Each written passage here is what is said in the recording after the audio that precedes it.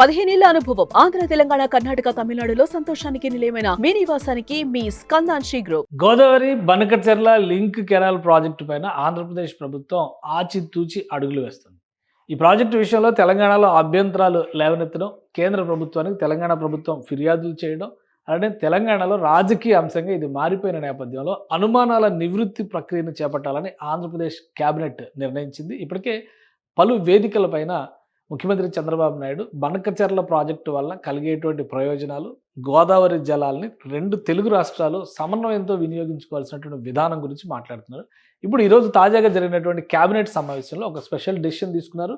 ఈ ప్రాజెక్టుకు సంబంధించినటువంటి పలు అంశాలపైన అవగాహన కల్పించేటువంటి ప్రక్రియ చేపట్టాలని భావిస్తున్నారు. ఇది పోలవరం బనకచెర్ల లింక్ ప్రాజెక్టుకు సంబంధించినటువంటి మ్యాప్. ఇది రాష్ట్ర ప్రభుత్వం గతంలో కూడా ఇది రిలీజ్ చేసింది. దీనిపైన పలు దఫాలుగా ఆంధ్రప్రదేశ్ సీఎం చంద్రబాబు నాయుడు రివీల్ చేశారు. వాస్తవానికి పోలవరం ప్రాజెక్టు ఇక్కడ నిర్మాణం అవుతుంది. సో పోలవరం ప్రాజెక్ట్ నుంచి వచ్చేటువంటి కుడి కాలువని ఒక లింక్ కెనాల్ సిస్టమ్గా డెవలప్ చేయడం ద్వారా, అంటే ఇక్కడ నుంచి కృష్ణానదికి ఎగువన, అంటే విజయవాడ ఎగువన వచ్చేటువంటి ఈ మార్గాన్ని మరింత విస్తరించడం ద్వారా కెపాసిటీని పెంచి 200 టీఎంసీల నీటిని ఉపయోగించేటువంటి ప్రయత్నం చేయాలి అని ఒక ఆలోచన చేస్తుంది ఆంధ్రప్రదేశ్ ప్రభుత్వం. అది కూడా వరద నీరు, మిగులు జలాల సద్వినియోగం కోసం చేస్తున్నటువంటి ప్రణాళిక. గోదావరిలో 3000 టీఎంసీల నీరు ప్రతి సంవత్సరం వృధాగా సముద్రంలో కలుస్తుందనేటువంటి మాట రాష్ట్ర ప్రభుత్వాలు చెప్తున్నాయి. కాబట్టి అందులో తెలంగాణ కూడా ఒక 200 టీఎంసీలు ఉపయోగించుకోవడానికి అవకాశం ఉంటుంది. కాబట్టి ఆ ప్రణాళికని అమలు చేయడానికి ఆంధ్రప్రదేశ్ ప్రభుత్వం కూడా సహకరిస్తుందని చెప్పని ఏపీ సీఎం చెప్తున్నారు.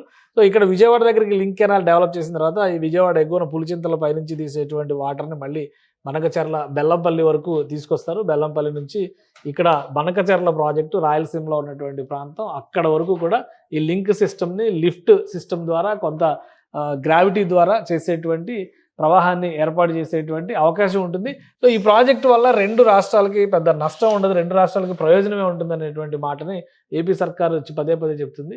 సో సచివాలయంలో జరిగినటువంటి సమావేశంలో ఇవాళ మంత్రివర్గం కొన్ని అంశాలని ఆమోదించింది. 42 అంశాల ఎజెండాకి సంబంధించినటువంటి మొత్తం ఆమోదం తెలిపింది. అలానే రాజకీయ అంశాలపైన చర్చించింది. ప్రధానంగా పోలవరం బనకచెర్ల ప్రాజెక్టు అనుసంధాన ప్రాజెక్టు పైన అనుమానాలు నివృత్తి చేయాలని డిసైడ్ చేసింది. తెలంగాణకు ఉన్న అన్ని అనుమానాలను నివృత్తి చేయాలి. పోలవరం బనకచెర్ల అనుసంధాన ప్రాజెక్టు ద్వారా వరద జలాలే వాడుకుంటాం. అలానే ఈ ప్రాజెక్టు వల్ల తెలంగాణకు ఎలాంటి నష్టం ఉండదు. తెలంగాణలో అనుమతులు లేకుండా ఎన్నో ప్రాజెక్టులు చేపట్టినా అభ్యంతరం చెప్పలేదు. పోలవరం బనకచెర్ల అనుసంధాన ప్రాజెక్టుపై నేతలందరూ మాట్లాడాలని చెప్పని ముఖ్యమంత్రి చంద్రబాబు నాయుడు సూచించారు. కేవలం రాజకీయాల కోసమే తెలంగాణలో కొందరు అభ్యంతరాలు చెబుతున్నారనేది వారు చేస్తున్నటువంటి ఆరోపణ. ప్రజలకు వాస్తవాలు వివరించాల్సినటువంటి బాధ్యత మంత్రులు, నాయకులపైన ఉందని చెప్పని సీఎం చంద్రబాబు నాయుడు చెప్పారు. సో ఇది ఈ ప్రాజెక్టు కనుక వస్తే మొత్తం గోదావరి నుంచి కృష్ణానది వరకు నీటి జలాల సద్వినియోగం, స్థిరీకరణ జరుగుతుంది. టోటల్ ఈ బెల్ట్లో, అంటే ఆంధ్రప్రదేశ్లో ఉన్నటువంటి కోస్టల్ బెల్ట్ మొత్తం కూడా ప్రయోజనం పొందుతుంది. ఇక్కడ పెన్నా నది వరకు కూడా, పెన్నా నది బేసిన్లో ఉన్నటువంటి నీటి తీవ్రత, నీటి ఎద్దడి ఉన్నటువంటి ప్రాంతాలపైన కూడా ఈ ప్రాజెక్టు ద్వారా ఫోకస్ పెట్టచ్చు. రాయలసీమకు ప్రధానంగా సాగునీటికి కొరత ఉండదనేటువంటి మాట ఆంధ్రప్రదేశ్ ప్రభుత్వం చెబుతుంది. అయితే వృధాగా పోతున్నటువంటి నీరు లేదా మిగులు జలాల సద్వినియోగం అనే అంశంపైన ఆంధ్రప్రదేశ్ చేస్తున్నటువంటి వాదనని తెలంగాణ ఖండిస్తుంది. ఎందుకంటే ఆల్రెడీ ఎలకేటెడ్ వాటర్ సోర్సెస్ పైన ఒక క్లారిటీ ఇచ్చిన తర్వాత మిగులు జలాల గురించి మాట్లాడాలనేది తెలంగాణ ప్రభుత్వం చేస్తున్నటువంటి వాదన, తెలంగాణలో రాజకీయ పార్టీలు చేస్తున్నటువంటి వాదన. సో ఈ రెండింటినీ కూడా మరొక అంశం ఏంటంటే ఎపెక్స్ బాడీకి, కేఆర్ఎంబీకి సంబంధించి, ఎపెక్స్ బాడీకి ఈ సద్వినియోగానికి సంబంధించి జిఆర్ఎంబీకి, గోదావరి రివర్ బోర్డు, అటు కృష్ణా రివర్ బోర్డు, ఈ రెండు అంశాలను దృష్టిలో పెట్టుకొని ఎపెక్స్ బాడీ ఒకటి ఏర్పాటైంది. ఆ ఎపెక్స్ బాడీకి ఎలాంటి సమాచారం లేకుండా ఆంధ్రప్రదేశ్ ప్రభుత్వం ఈ ప్రాజెక్టును చేపట్టడం అనేది అనైతికం అని చెప్పి తెలంగాణ ప్రభుత్వం వాదిస్తుంది. దీనిపైనే కేంద్రానికి ఫిర్యాదు చేసింది.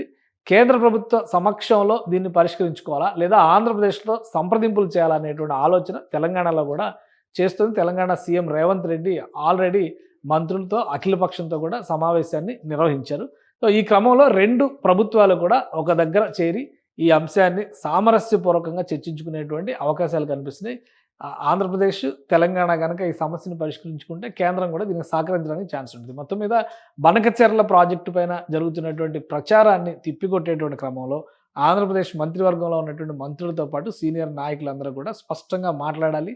ప్రజల అనుమానాల్ని, తెలంగాణ ప్రజలు, తెలంగాణ ప్రభుత్వ అనుమానాల్ని నివృత్తి చేసే దిశగా దీనిపైన స్పెషల్ క్యాంపెయిన్, స్పెషల్ ఫోకస్ పెట్టాలని ఏపీ ప్రభుత్వం భావిస్తోంది. సుమన్ టీవీలో మీ పర్సనల్ అండ్ బిజినెస్ ప్రమోషన్స్ కోసం కింది నెంబర్కి కాంటాక్ట్ చేయండి.